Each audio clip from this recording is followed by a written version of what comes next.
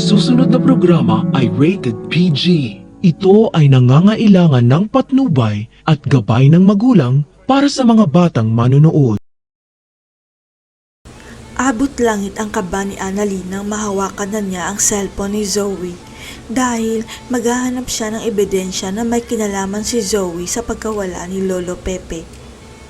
Pero mukhang ibang sikreto ang madidiskubre ni Annalyn sa pagkuha niya ng cellphone ni Zoe dahil nagulat siya nang biglang tumawag si Doc Carlos sa cellphone ni Zoe.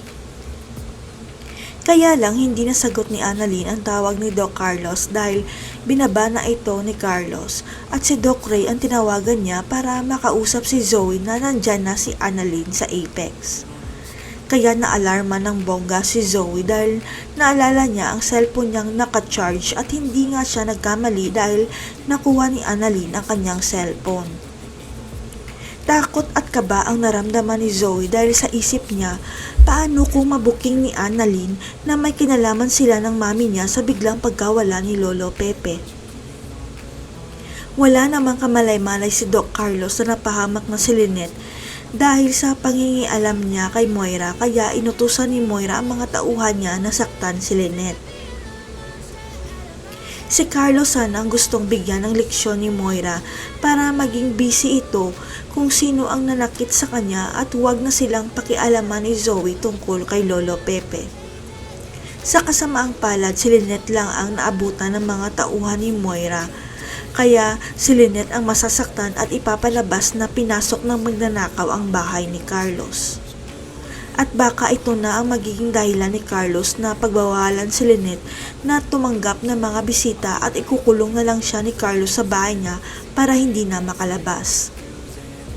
At mukhang si Chang Susan at Ninang Josa pa ang mapagbibintangan ni Carlos. Kaya napasok ng magnanakaw ang bahay niya, kaya pati sila ban na sa bahay niya.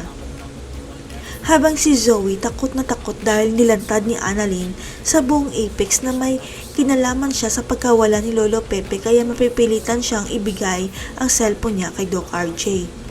Si Zoe ang magiging susi para mailigtas si Lolo Pepe dahil gagamitin nila si Zoe para matuntun ang warehouse kung saan tinago ni Moira at balahadya si Lolo Pepe.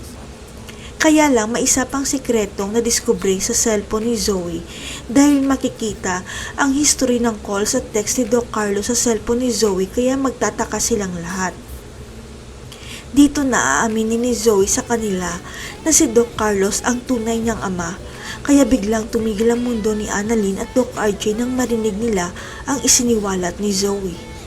Si Annalyn kaya ang magbubunyag kay Lynette na anak pala ni Carlos si Zoe. Makikipaghiwalay kaya si Lynette kay Carlos kapag nalaman niya ang totoo. Abangan.